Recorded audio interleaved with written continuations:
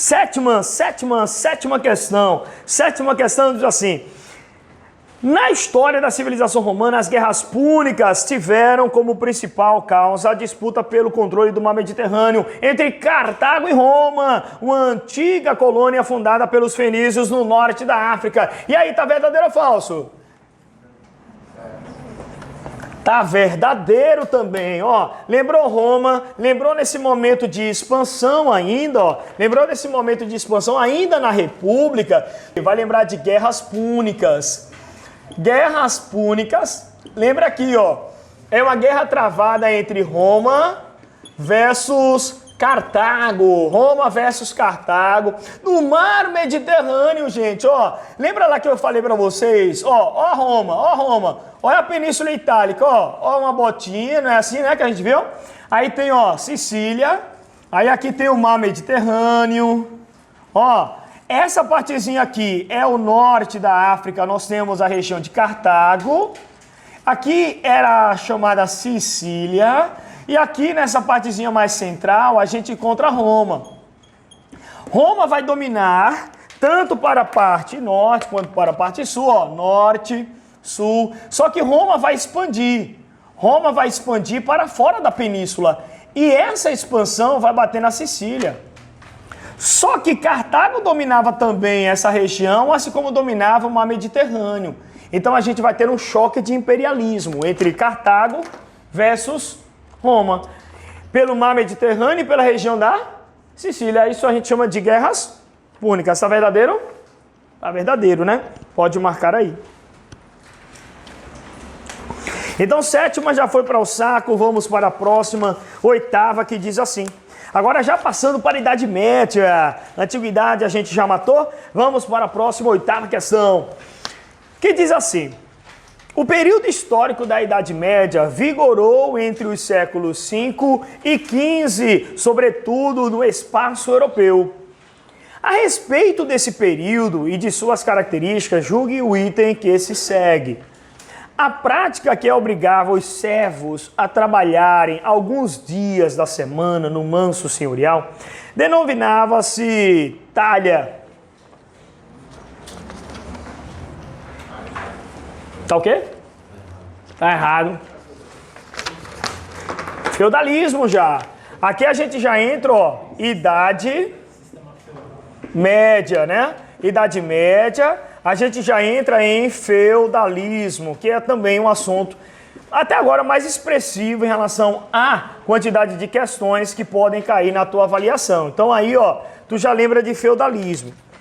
Ele está dizendo o seguinte, ele está dizendo que dentro desse sistema feudal existiam as várias obrigações. O que ele está dizendo aqui são as obrigações civis, ó, obrigações. Ele está falando sobre as obrigações civis. Vamos aqui caracterizar pelo menos as três mais expressivas, tá? Quais são as três mais expressivas aqui? As obrigações dos servos em relação aos senhores feudais. 1, a gente chama de corvéia. 2, a gente chama de talha. 3, a gente chama de banalidades, tá bom? São essas três que comumente mais caem. Vamos caracterizar. Corvéia é o trabalho gratuito que o servo faz no manso senhorial. É o trabalho do servo nas terras do Senhor. Talha é parte da produção que deve ser destinada ao senhor feudal, só que isso é efetivado na terra do servo ou na terra arrendada ao servo. Banalidades é o pagamento pelo uso das instalações, das ferramentas, do moinho, da fornalha. Isso aí está verdadeiro ou está falso?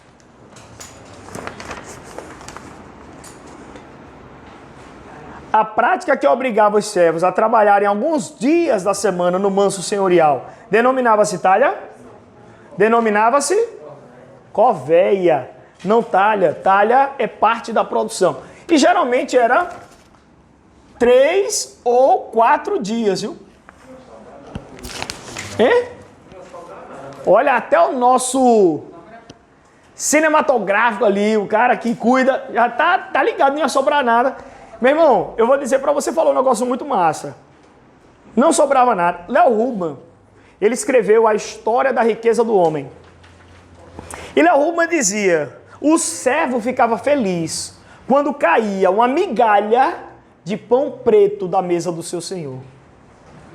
Cara, aqui ó, 3, 4 dias. Se ele trabalha 3 dias, tudo que ele produz aqui tem que ficar pro senhor feudal, tá? Não é nada dele. Sobram quantos dias para ele trabalhar na sua terra? Na semana? 3. Por que 3? Porque domingo é do senhor e não do senhor feudal, domingo é do senhor Deus. Então eles não podem trabalhar no domingo. Só 3 dias. Desses 3 dias que ele trabalha na sua terra, ele tem que tirar 1/3 da produção, 1/3 geralmente da produção, quando não metade, e entregar para o Senhor. E tudo que ele utilizasse para produzir, ele ainda tinha que pagar. Mas não é só isso não, gente. Tem várias outras coisas. Ó, além da banalidade, a gente encontra a mão morta, só porque você falou, a mão morta, ela é o pagamento pela herança. Se o meu filho, se eu morri, para o meu filho, ele assumir a minha terra, ou a terra que é arrendada, ele tem que pagar ao senhor feudal. É o pagamento pela transmissão da herança. Fora isso, tem o chamado tostão de Pedro, que é o pagamento para a manutenção da capela local. Fora isso, tem o que ainda hoje a gente conhece, que é o chamado dízimo. 10ª parte do que o servo produz, ele tem que dar para a igreja. Fora isso, tem a formariagem, só para a gente encurtar, formariagem, que é o pagamento, inclusive, para poder se casar. Então ele tem que pagar, ele gostou de uma servinha, ele quer se casar com ela. O senhor feudal tem que autorizar. Se o senhor autorizar, ele tem que pagar. E se ele pagar, tal, quando ele chega no casamento, aí a gente tem a chamada pernada, que é a primeira noite de núpcias que o senhor feudal vai ter com a serva. Deu uma bobônica. Mas eu já falei, isso aqui é praxe, a gente já sabe disso, gente. Existem 2 verdades na vida. Uma verdade é que nós vamos morrer, isso ninguém contesta. E a outra é que todos nós, invariavelmente, estatisticamente, vamos levar gaia. São 2 coisas, não te preocupa. Não te... Fabrícia, Fabrícia, olhe pra mim, ela nem quer olhar. Fabrícia, você já levou gaia na sua vida? Não que eu saiba. Não que... Mas veja que ela não quer procurar. Porque se ela procurar, com certeza ela vai achar. Ela vai achar. Quantas pessoas aqui já souberam que levou gaia? Olha, o resto, claro, não dela, né? Não dela, não. Você já levou gaia? Você que... Não, ela. Já levou gaia assim antes? Nunca. Que você saiba, né? Mas, gente, e o pior de tudo não é uma vacina. Ah, professor, eu já levei gaia, eu nunca mais vou levar. Não importa, pode levar de novo e várias outras vezes. Como eu já falei, já levei várias gaias. Eu não tenho... Fabrício, não se preocupe. Trabalhe isso na sua cabeça, na sua mente. Trabalhe. Não, meu amor, mas e gaia é só com o casamento? Não, namorado também. Eu não cheguei a casar. A menina que eu estava, eu nunca tive relação com ela e ela chegou pra mim e disse que estava grávida. Eu disse, minha filha, você não é Maria. Não foi Espírito Santo que... Eu não era casado, mas foi gaia. E foi uma grande gaia. Uma noite, oxe. Não. Boa osmose, né? Dominar. Ai, buchinho. É difícil. É a chamada pernada, né? Sugestivamente chamada de pernada. Até complicado demais. Então, a 9ª questão diz assim. O período histórico da Idade Média vigorou entre os séculos 5 e 15. É isso mesmo, né? Isso aqui está verdadeiro. É a chamada Idade Média todinha, chamada de Idade das Trevas pelos renascentistas. Sobretudo no espaço europeu. A respeito desse período e de suas características, julgue os itens abaixo. Diz assim: na Idade Média, a religião pouco influenciou a esfera política da sociedade, embora tenha influenciado fortemente a cultura medieval, sim ou não? É erradíssimo. Gente, a igreja, ela tinha um poder gigantesco. Eu até me arrisco a dizer que se tinha uma questão que era uniforme, que se tinha uma questão que era uníssona, era o poder da igreja. A igreja, ela atuava em todos os setores. A igreja era a mola mestra de funcionamento da estrutura feudal. A igreja, ela tinha terras, muitas. A igreja, ela tinha 1/3 de todas as terras da Europa Ocidental, gente. O poder era descentralizado nas mãos dos senhores feudais, é uma esfera política também. Existia rei? Não. Aqui existia rei? No sistema feudal? Existia. Só que o poder dele era frágil e ele só mandava nos seus próprios domínios.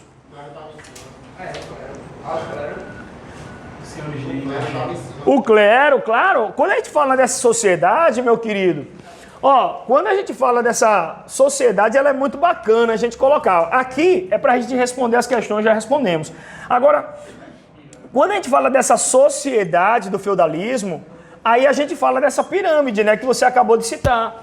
Lá no topo a gente tem o clero, o alto clero, baixo clero. Aqui a gente tem a famosa nobreza. E aqui a gente tem os servos, né? Aqui a gente tem os servos. Então a igreja estava no topo. A igreja, ela justificava as diferenças sociais. Ela tinha um poder político, tinha um poder religioso, ela tinha um poder ideológico, ela tinha um poder social. A igreja mandava e desmandava nessa sociedade. Então, pegou o filme aí, bacana, isso aqui tá falso. O que é que tá falso? Pouco influenciou a esfera política, tá falso da sociedade. Ela influenciou e foi muito.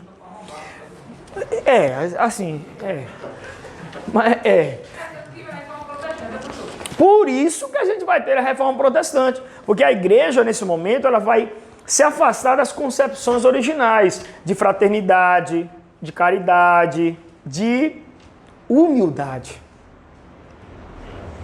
Por isso a reforma protestante. Perfeito. Perfeito, muito bom. Sai do sistema feudal e passa para o capitalismo.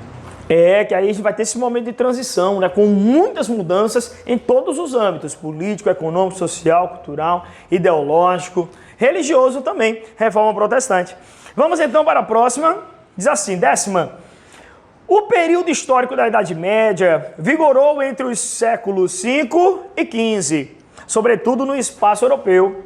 A respeito desse período e de suas características, julgue o item que se segue. A economia rural e sociedade hierarquizada são características marcantes da Idade Média. Verdadeiríssimo, né? Nós temos uma intensa hierarquização justificada pela própria igreja. Lembrando que é uma sociedade também chamada de estamental, ou seja, não tem mobilidade social. Nasceu pobre, muito provavelmente você vai ser durante sua vida. Nasceu da nobreza, você pode até ficar pobre, mas o título de nobreza você vai carregar.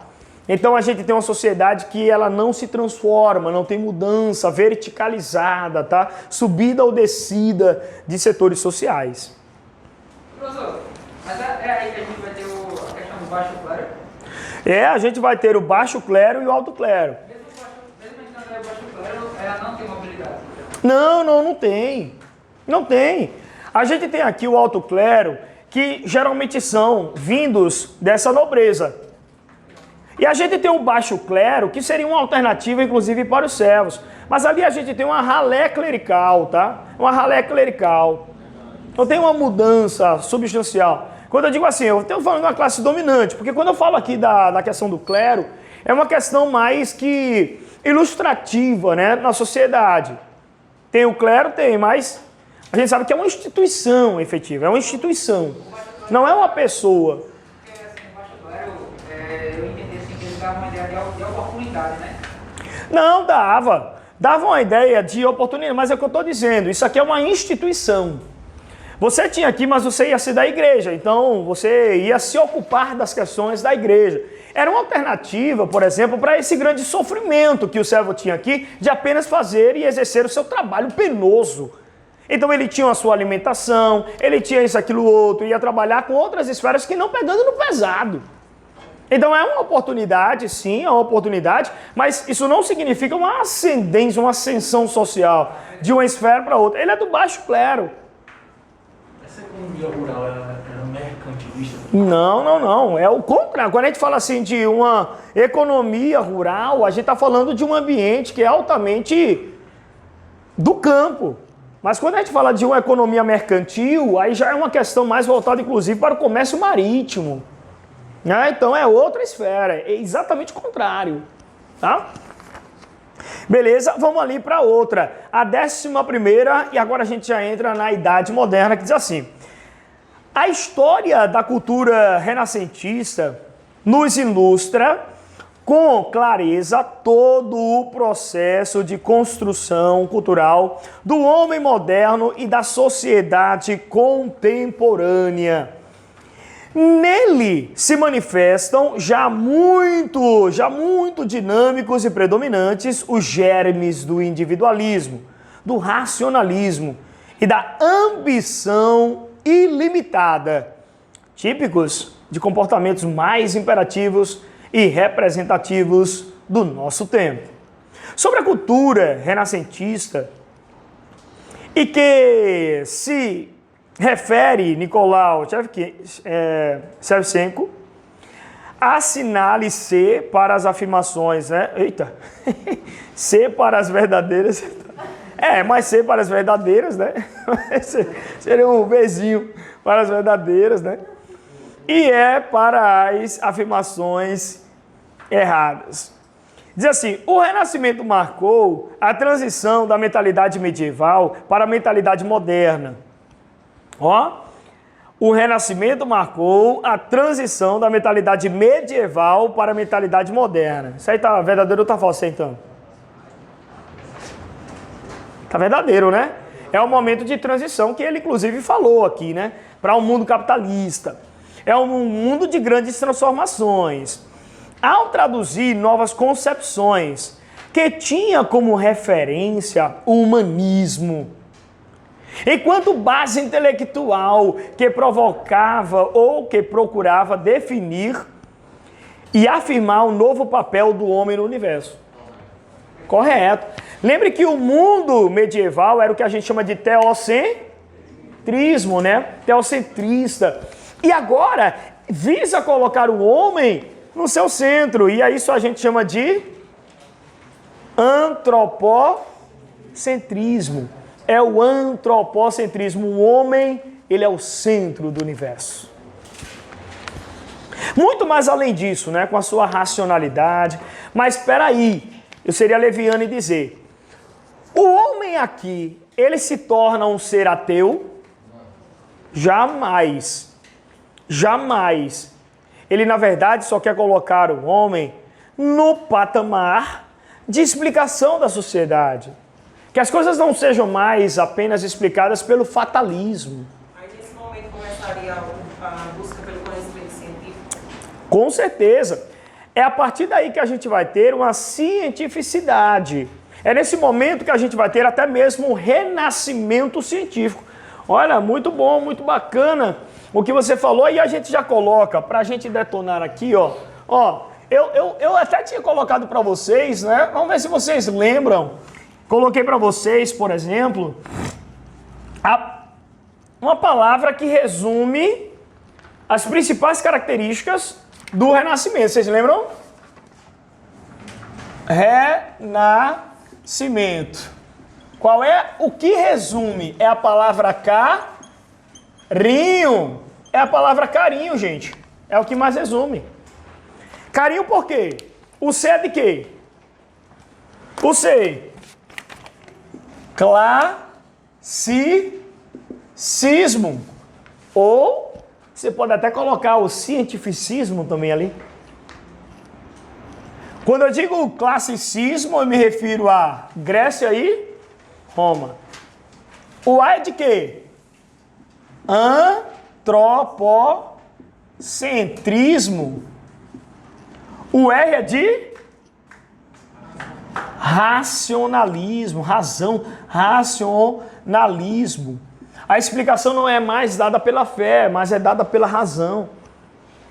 Eu não vou dizer agora simplesmente que caiu uma folha da árvore, foi porque Deus quis. Não. Caiu uma folha da árvore porque nós estamos no outono e porque isso, aquilo, outro. Eu vou procurar uma explicação mais científica e racional para as coisas. As coisas acontecem não é basicamente porque Deus quer, mas acontece porque é o próprio movimento da natureza.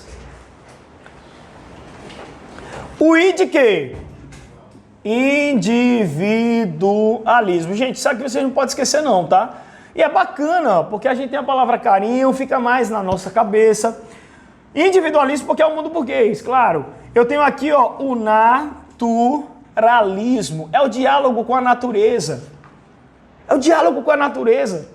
Antes, não queria saber de negócio de natureza.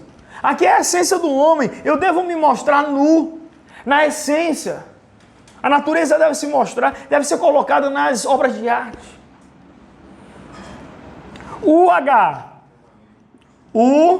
Humanismo, que é essa valorização. Aí tem uma obra, você já deve ter visto aquela de Adão assim, meio que tocando o dedo de Deus.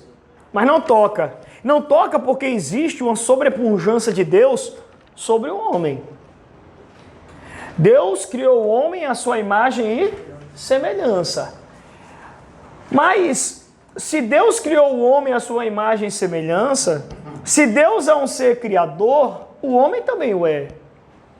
Se Deus criou o homem à sua imagem e semelhança, se Deus é um ser inventivo, o homem também o é. Então isso revela a face criadora também e criativa desses seres humanos. Mas é claro que você também não vai esquecer de um outro aqui, né? Tem o outro que é o hedonismo, né? Esse aqui, eu geralmente gosto de me banhar, até porque tá calor aqui, mas eu não vou me banhar não, até porque eu tô com o seu celular aqui, né?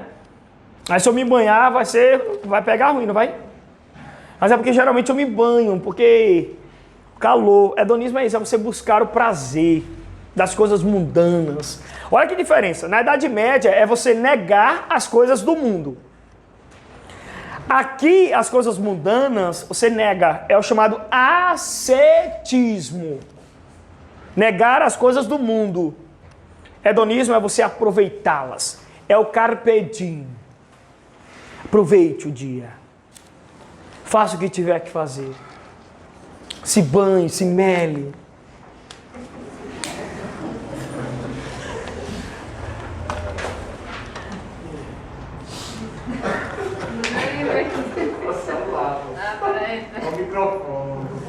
Eita, o microfone. É.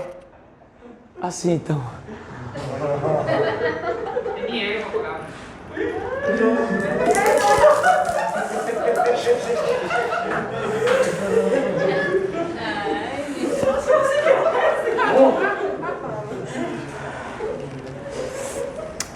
Delícia.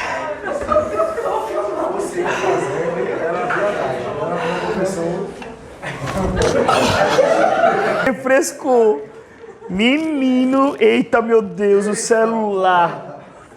Depois eu pago outro. Eu te dou um iPhone 12. Fala com o Jales, fala com o Jales. Olha, aí você pegou e disse assim, professor, e tem o O. Esse O é o O de otimismo. É o O de otimismo. Beleza? Otimismo por quê? Porque a gente tem a crença nesse progresso. Poxa, a gente agora tem um ser que é racional. A gente tem um ser que ele é extremamente científico. Existe o cientificismo. Ou seja, eu agora vou acreditar naquilo que é regular. Aquilo que, na verdade, acontece com uma certa regularidade. E eu não vou mais acreditar naquilo que simplesmente me dizem que é verdade. Eu só vou ter aquilo como verdade a partir do momento que eu experimentar. É a experimentação. Vocês devem saber disso. Ora, vamos aqui fazer uma experiência. Me dê um objeto pesado, por favor. Você pode me dar qualquer coisa que você quiser. Me dá um objeto pesado. Se quiser me dar seu livro, seu iPhone. Hein? Não, a cadeira também é fogo, né? Não, a garrafa não, quebrar, vou jogar ao chão. Não, não tá pesada. Então, livro. Me dê. Se você bagunçar meu livro. Eu vou jogar ao chão, tá molhado. Então, obviamente... Então você vai jogar pra lá. Ah, vou jogar pra lá, tá certo. Deixa eu fechar. Ó. Se preocupe não, que ela tá vindo. Ela tá vindo. Fabrícia, ela tá vindo, eu tô sentindo que ela tá vindo. Não? Tá não? Gente, eu vou jogar os dois objetos. E olha só, eu vou jogar aqui. Eu vou jogar os dois objetos. É óbvio que esse aqui tem muito mais massa que esse, compreende, né? Dá pra ver. Muito mais. E a tradição antes dizia que, tecnicamente, é isso. Racionalmente, olhando, qual dos dois chegaria ao solo mais rapidamente? Mais pesado. Mais pesado. Tem mais massa. Só que, será que isso realmente é verdadeiro? É aí que mora a questão. Muitas vezes a gente fala, muitas vezes a gente tem determinadas teorias, mas elas não se afirmam na prática. E agora não é só você dizer que é, você tem que provar que é. Então eu vou jogar os dois objetos. Sem interferência do ar, e ainda olha que tem, mas eu vou jogar os dois e vocês vão perceber que ambos vão chegar tecnicamente ao mesmo tempo no solo. Não esse que tem mais massa. Observem.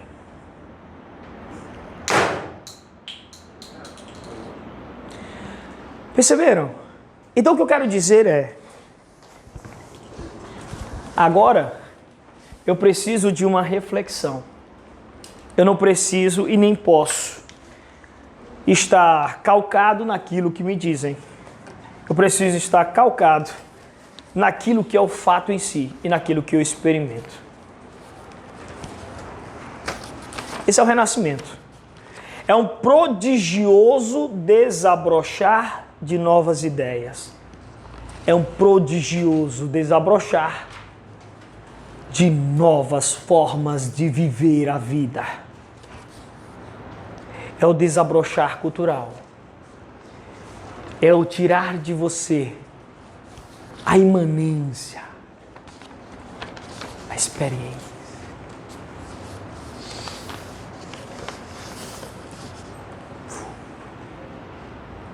Você agora é um vulcão em erupção.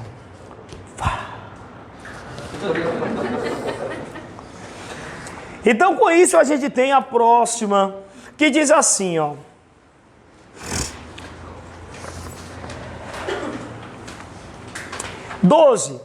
Em meio à desorganização administrativa, econômica e social, principais características da cultura renascentista, praticamente apenas a igreja conseguiu manter-se como instituição, conquistando assim grandes poderes e ampliando sua influência sobre a sociedade. Verdadeiro ou falso? Falso?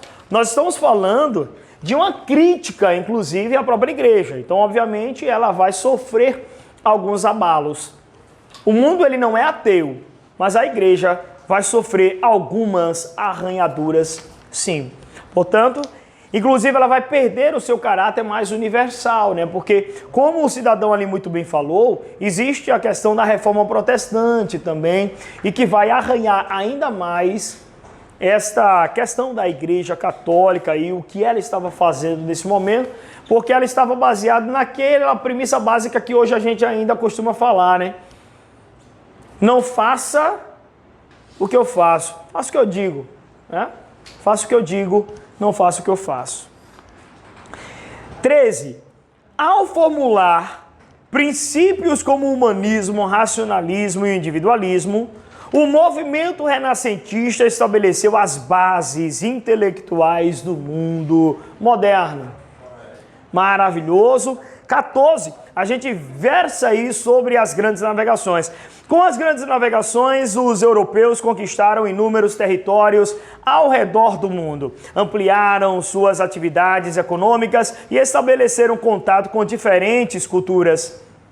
Nesse processo de expansão, o contato dos europeus com os povos distantes caracterizou-se pelo estranhamento, com o outro sendo visto com frequência por meio das crendices e lendas que marcaram o imaginário europeu. Gente, beleza, esse estranhamento, a gente dá uma palavra, né? Qual é a palavra para esse estranhamento? Olha, essa xenofobia é uma aversão ao estrangeiro, né? É uma aversão. Esse estranhamento, mais propriamente, a gente chama de etnocentrismo, tá? Etnocentrismo. Como são duas culturas e existe esse encontro delas, então a gente tem etno, que significa povo, né? Meu povo no centro. É você julgar uma determinada cultura a partir da sua. É o que eu sempre digo. Você não chega e faz determinado... arrotar. Você não fica arrotando quando termina o almoço. Ou pelo menos publicamente. Ou com pessoas que você não conhece. Porém, tem alguns lugares que se você não arrotar a mesa, você é mal educado. Então são formas de culturas. Imagina o encontro dos índios aqui no Brasil com os portugueses. Os portugueses olhando os índios nus, os portugueses imbuídos de uma moralidade europeia, de uma cristandade europeia, vendo os índios nus, com as suas vergonhas de fora. O que é que eles vão dizer? Mas e os índios? Aqui no calor tropical, calor da besta-fera, e os caras vestidos com aquelas roupas pesadas da Europa. Existe um estranhamento. São culturas diferentes. Isso aí está verdadeiro ou falso? Está verdadeiro, né? Isso aí está verdadeiro. E aí tem a 15ª, que diz assim: a expansão marítima europeia, processo histórico ocorrido entre os séculos XIV aos séculos XV e XVII, contribuiu para que a Europa superasse a crise do século XIV e XV. Essa expansão teve um nítido caráter comercial, daí definir esse processo como uma empresa comercial de navegação ou como grandes empreendimentos marítimos. Analise os fatores para a expansão marítima comercial. A formação do Estado Nacional e a centralização política. As grandes navegações só foram possíveis com a centralização do poder político, pois se fazia necessária uma complexa estrutura material de navios, armas, homens, recursos financeiros. Por quê? Nesse contexto, se eu não me engano, houve uma tentativa da igreja de conquistar novos fiéis, e aí ela também ajudou, assim como o bancário, então não ficou centralizado. Certo, vamos lá. A igreja, mas isso não impede que a igreja tenha esse viés.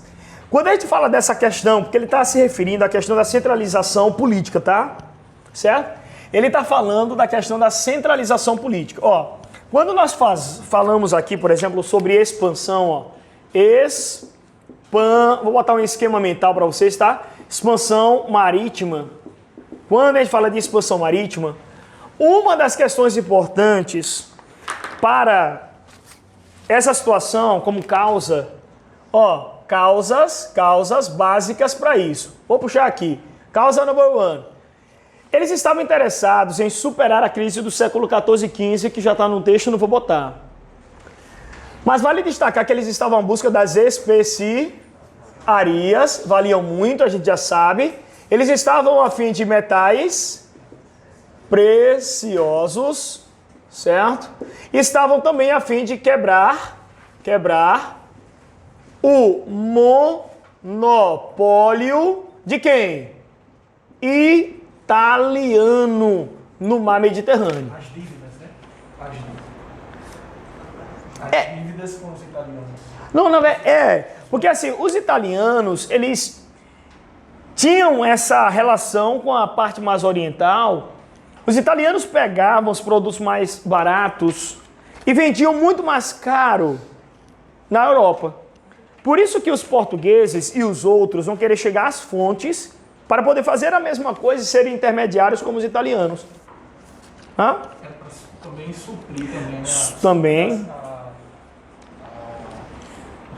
Estavam passando necessidades também, né? Sim. Aí, objetivo econômico, eles passavam necessidade lá. Sim. Aí eles estavam, assim, uma necessidade entre aspas. Que eu vou falar o seguinte, ó. Aqui, deixa eu me colocar para vocês o pioneirismo português, tá, gente? Porque Portugal saiu à frente. Aí é uma questão importante. Essa situação, ó, da centralização.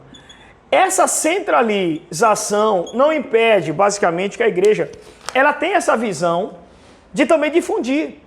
É a grande justificativa ideológica. Ó, a grande justificativa parece, você está certíssima. É exatamente o espalhar da fé católica, fé cristã. Eu vou levar a fé cristã para aqueles que não têm. Mas aqui a gente vai ter uma centralização. E é um ponto fundamental para o processo de expansão. Porque o poder antes era descentralizado no mundo feudal. Isso dificultava muito a organização. Com a centralização, tendo um rei agora, isso é ótimo. Porque eu vou exatamente juntar tudo. Armas, munições, homens, navios, recursos financeiros. E uma pessoa vai estar à frente disso.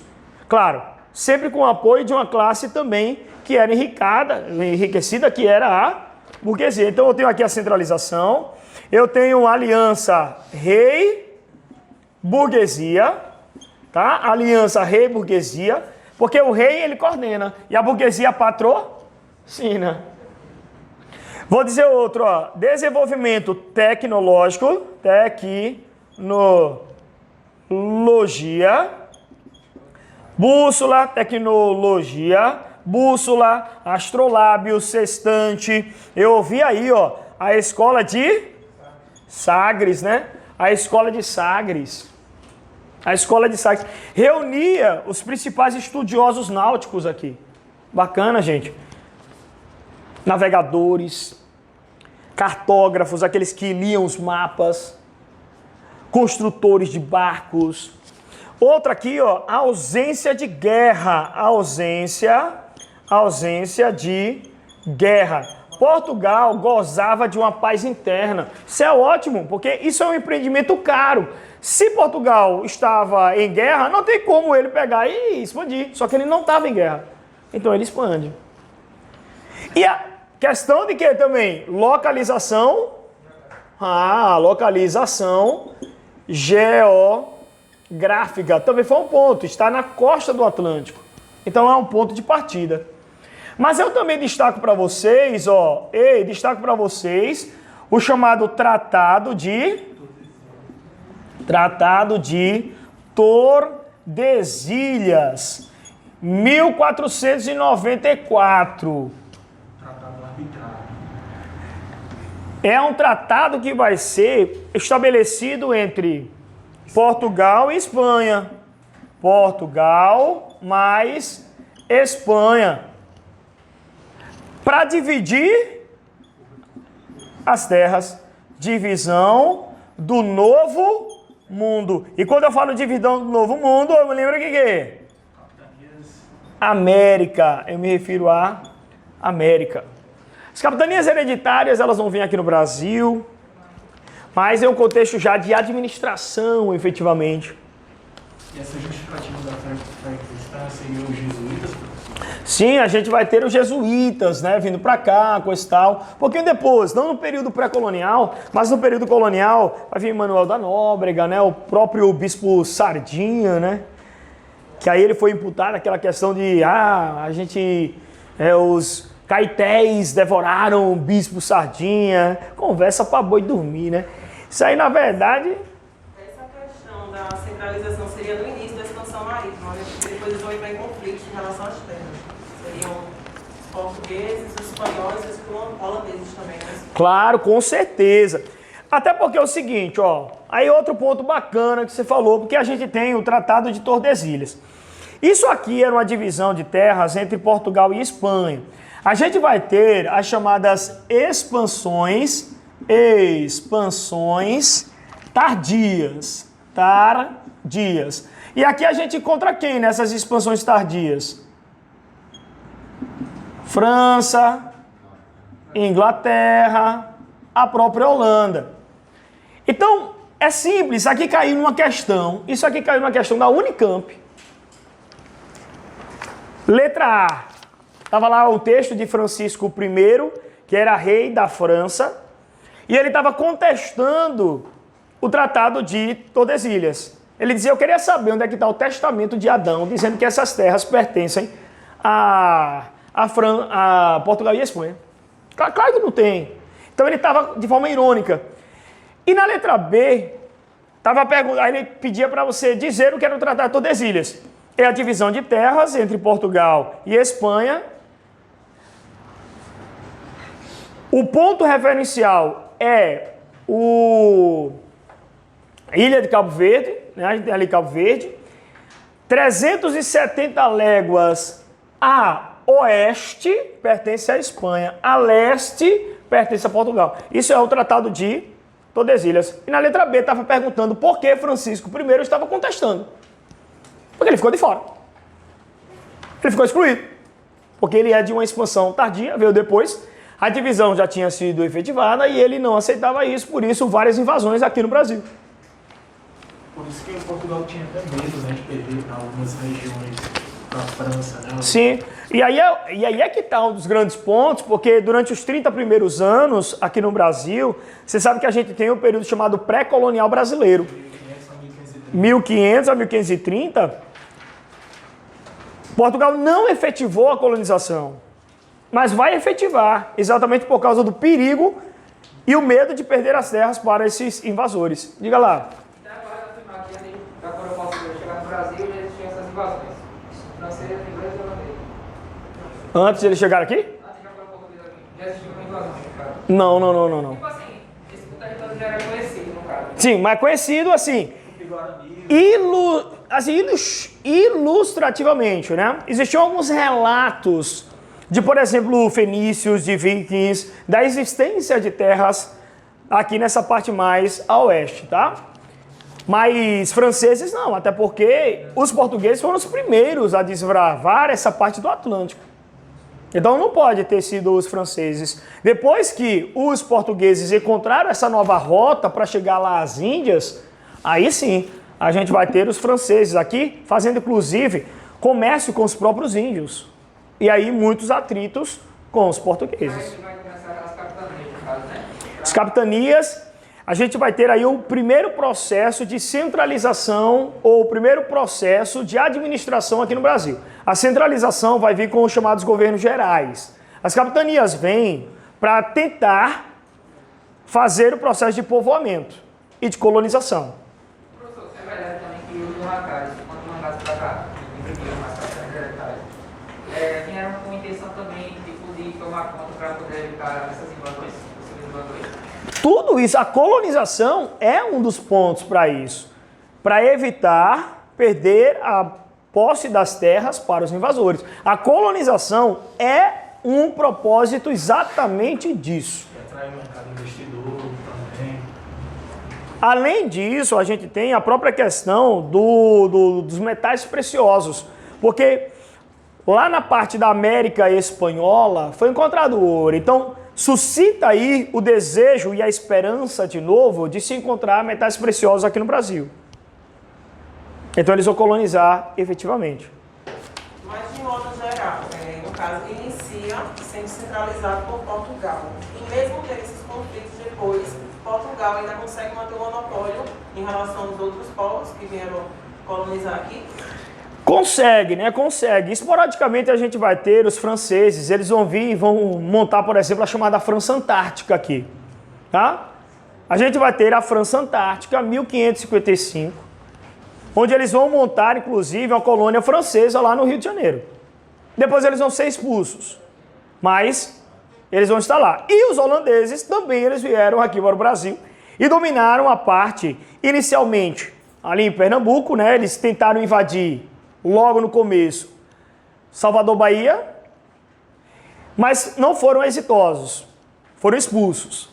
E depois eles vieram e dominaram a parte de Pernambuco, e a gente sabe a presença do Maurício de Nassau aqui, que teve uma relação amistosa com os senhores de engenho. Porque a Holanda, naquele momento, a intenção dela era exatamente voltar a ter uma relação comercial de açúcar com o Brasil, que foi impedida pelo chamado bloqueio espanhol, né? O embargo espanhol por causa da chamada União Ibérica, o momento em que a Espanha dominou aqui a parte de Portugal. Filipe II colocou as duas coroas em sua cabeça. Então, vai romper relações com a Holanda, que era inclusive uma colônia lá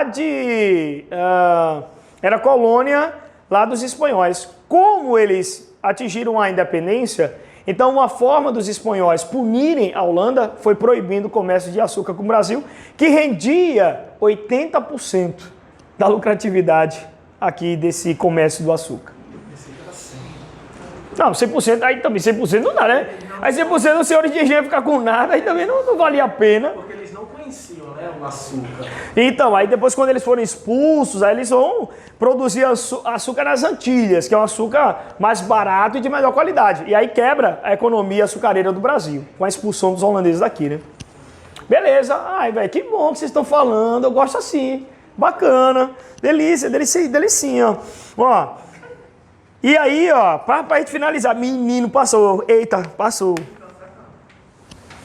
Avanços técnicos, mas a gente tá já terminando aqui. Tá. Aí a aliança rei-burguesia possibilitou o alcance desses objetivos, tornando viável a expansão. Sim ou não? Beleza. Avanços técnicos na arte náutica, o aprimoramento dos conhecimentos geográficos, graças ao desenvolvimento da cartografia, o desenvolvimento de instrumentos náuticos, bússola, astrolábio, sextante, quadrante, e a construção de embarcações capazes de realizar viagens a longa distância, como as naus e as caravelas. Verdadeiro ou falso? Verdadeiro, né?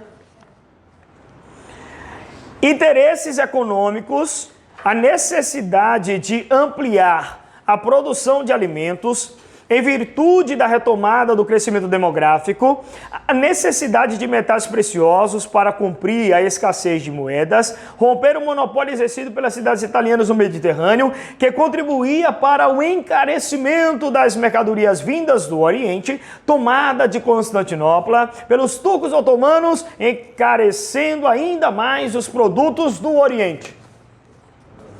Verdadeiro também. São as causas que nós colocamos ali. 16. Os homens viviam em guerras. Eita, agora absolutismo para a gente finalizar. Os homens viviam em guerras. Para não haver destruição da espécie, resolveram fazer um contrato. Eita, que delícia. Agora, entregaram seus direitos ao Estado em troca de segurança. Papai, ele tá falando de que aqui, gente? Ei, ele tá falando de quê? Pra gente finalizar, tá falando de quê? Qual é o teórico aí, ó? Eita, ele falou de absolutismo. Olha aqui, ó. Esqueminha, absolutismo. Rapaz, gostei desse esquema mental. Ei, bacana assim, não foi? Ficou bonitinho também. Ó, absolutismo. Então, o que é que a gente pode traçar aqui? Absolutismo. Primeiro, lembre que poder está totalmente concentrado na mão do rei. E a gente vai ter alguns teóricos, não vai? Ó, teóricos. Alguém me diz aí os teóricos? Teórico 1. Nicolau Maquiavel. Tem outro. Jacques Jacques Bossuet, né? Jacques Bossuet. E tem o outro que é chamado de Thomas. Opa! Thomas Hobbes. Vamos lá então, ó. Cada um desses, rapidinho. Nicolau Maquiavel, a gente lembra de quê? A gente lembra de quê? Qual a obra dele máxima? O Príncipe. O Príncipe. Você vai lembrar o quê? Aquela frase que não é dele, mas é atribuída a ele. Os fins justificam os fins justificam os meios. Não importa o que eu faça para atingir os meus objetivos, mas eles têm que ser alcançados. Não importa. Pode ser meios lícitos ou ilícitos, mas eu tenho que alcançar. Ou seja, é uma visão altamente o quê? Utilitarista. O que vale é o final. O meio vai ser justificado. Pouco importa. Não importa se eu atingir o objetivo ou não. Portanto, para ele, a ética é diferente de política. Antes, na Idade Média, por isso ele é chamado detonador da modernidade. Na Idade Média, antes de tomar uma ação, eu tinha que consultar a minha consciência. Se eu estava fazendo certo ou errado. Mas agora não. Para uma decisão política, eu só tenho que agir. Para a manutenção do Estado, bom funcionamento do Estado e garantir a permanência do príncipe no poder. Jacques Bossuet, você vai lembrar o quê? Teoria do direito divino dos reis. O rei é o representante de Deus e ele não pode ser questionado. Então aí acabou tudo. Aí eu justifico o poder real. Thomas Hobbes. O homem é...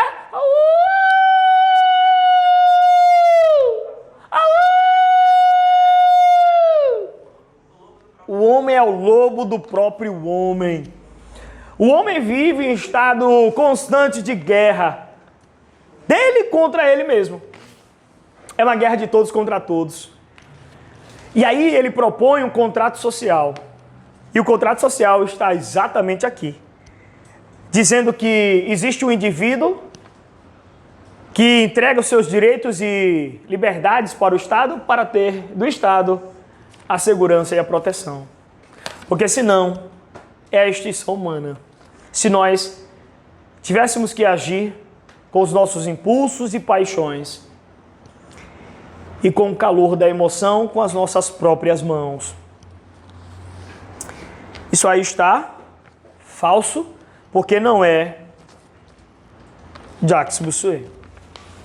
É Thomas Hobbes. Preparado para o cargo desde criança, o rei Luís XIV, que inclusive, é o auge, né? O auge é com quem? É com ele, Luís XIV, que dizia lectate moi, o Estado sou eu. Ele se autodenominava o Rei Sol. Então, desde criança, sintetizou a supremacia do governo absolutista ao dizer o Estado sou eu, lectate moi. Com o auxílio do ministro Colbert, pôde consolidar o mercantilismo francês, estimulando, inclusive, a atividade burguesa com a produção de manufatura de luxo. Isso aqui está verdadeiro. A próxima diz: Estado Nacional, moderno ou antigo regime, consistiu em um conjunto de práticas envolvendo questões de ordem econômica, social e política.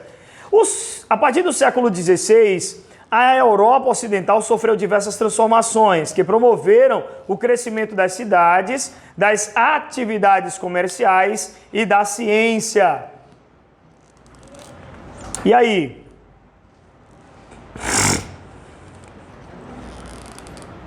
Pode ou não pode? A partir do século XVI, a gente tem a Idade Moderna. Olha o Renascimento que a gente falou, essa coisa toda, né? Tá bacana, né? E aí nós temos,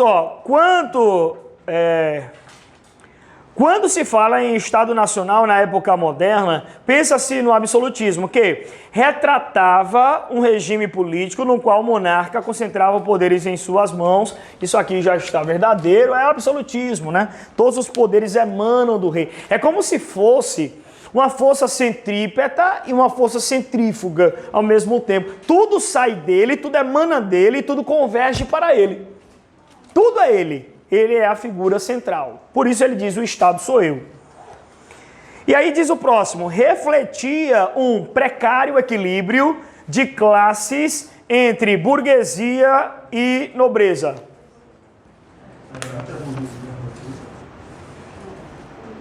E aí, gente? Tá certo, né? São forças aí completamente antagônicas. Verdadeiro. Lembrando que a nobreza vai ser a chumbeta do rei, né? E existe aqui também uma relação meio circunstancial. Essas alianças entre burguesia e rei, elas são altamente circunstanciais. Inicialmente a burguesia até apoia nessa emergência do rei, mas quando ele se torna absoluto, a burguesia não aceita mais não. Finalizando, foi justificado por vários pensadores, entre os quais se destacam os defensores da teoria do direito divino. E aí, pode ou não? Pode. Mas quem é ele? Esse aqui, né? Teoria do direito divino, Jacques Bossuet. Encontrou na burguesia industrial o seu maior importante aliado. E aí? Jamais. O absolutismo e burguesia, bad combination. Pegue isso. Bad combination. Não combina absolutamente. São bad combination, nada de good combination. Não combinam, não combinam. Porque a burguesia quer ter poder, a burguesia quer ter participação. E o rei, como manda em tudo e em todos, então obviamente vai execrar a participação burguesa do poder. Então ela não aceita. Para finalizar, continuou a existir nos países onde ocorreram as revoluções. Ei, fala aí para mim, revoluções burguesas, me dá aí 2 exemplos. Ou um exemplo. Ó, a Revolução Industrial. É a Revolução Industrial, a gente vai ter uma Revolução Burguesa. E Revolução, aqui que acabou com o antigo regime. A Revolução Francesa, que foi o máximo, né? Que acabou com tudo, por isso ela marcou uma época. 1789. É a virada. Idade moderna para a idade contemporânea. Então aqui a alternativa é... Essa aqui está errada. Tá errada. Beleza, queridos? Tranquilo, dá pra gente exercitar um pouquinho aí, não é? Eu gostei desse momento, cara, de correção de atividade, bacana. Espero que a gente volte outras vezes aí pra gente discutir, tá? Uma satisfação imensa, viu? Estar aqui com vocês. Muito bom. Felicidades. Hã? Ei, se inscreva no canal! Vem com a gente, viu? Por quê? Vocês vão